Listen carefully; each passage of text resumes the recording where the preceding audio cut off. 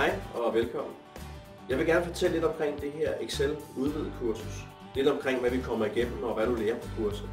Kurset det er til dig som ønsker at komme lidt videre med Excel. Du bruger måske allerede Excel i forvejen og har noget erfaring, men ønsker at bruge nogle af de lidt mere udvidede faciliteter af programmet. Du er måske vant til selv at opbygge regneark, eller overtager måske regneark fra andre af, eller overtager data fra andre, og du har brug for at behandle de her data på en lidt mere effektiv måde. Vi kommer igennem nogle forskellige moduler igennem kurset. Det første modul det er lidt omkring håndtering af flere ark. Det vil sige, hvordan opbygger vi på tværs, hvordan redigerer vi på tværs af flere ark, hvordan laver vi formler på tværs af flere ark. Så snakker vi et modul omkring projektmapper, det vil sige, hvordan arbejder vi på tværs af flere projektmapper, hvordan laver vi referencer imellem projektmapper, også det vi kalder kæder. Vi kigger også på en facilitet, der hedder konsolidering. Konsolidering det går ud på, at man har måske nogle data liggende forskellige steder i regneark eller i forskellige projektmapper. Hvordan samler vi de her data? Hvordan konsoliderer vi de her data? Også specielt hvis dataen ikke er bygget op på samme måde, så har vi nogle værktøjer til at gøre det. Det næste modul det er noget omkring datavask og databehandling. Det vil sige, typisk når man sidder og overtager data fra andre, hvor der er måske nogle, hvor dataen ikke er helt korrekte. Hvordan kan vi så rense de her data? Hvordan kan vi sørge for, at tal nu også er tal, og datoer er datoer? Hvordan luser vi alle de her fejl væk? Hvordan renser vi vores data? Så der kigger vi på en masse smarte værktøjer til at stille sin data korrekt op.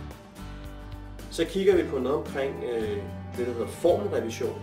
Det vil sige igen, hvis du overtager data fra andre, hvor der er en masse formler, en masse konstanter og værdier, og tingene er kædet sammen på kryds og på tværs, så kan det være lidt svært at gennemskue, hvordan er sammenhængen mellem værdierne og formlerne. Så der har man nogle sporingsværktøjer, som kan give nogle overblik over, hvordan er sammenhængen i regnearket. Det kan også være, at man har nogle fejl i regnearket. Der findes en masse værktøjer, der ligesom kan spore de her fejl, og ligesom gøre det nemmere at forstå, hvorfor er den her fejl opstået. Det sidste modul, vi skal igennem, det er funktioner. Funktioner, det er ryggraden i Excel. Jeg vil sige, at med funktioner, der kan man løse rigtig mange problemstillinger. Funktioner, du kender måske nogle funktioner som sum og max og min, eller har hørt om nogle funktioner, hvis og elopslag.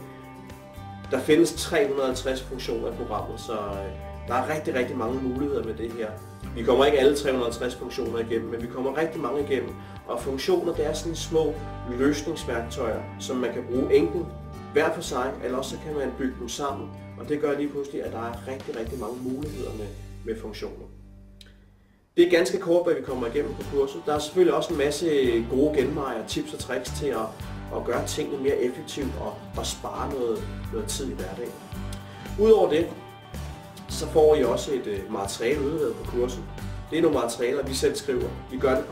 Vi skriver materialerne på en meget let læselig og visuel måde. Så efter kurset, så kan det her materiale bruges som et ret effektivt opslagsværk, hvis der er noget, du skulle have glemt. Udover det, så er der en masse opgaver i det her materiale. Halvdelen af tiden, det er opgaveløsning, det er hands-on, hvor du får lov til selv at prøve nogle ting af i praksis. Det er den bedste måde at lære på.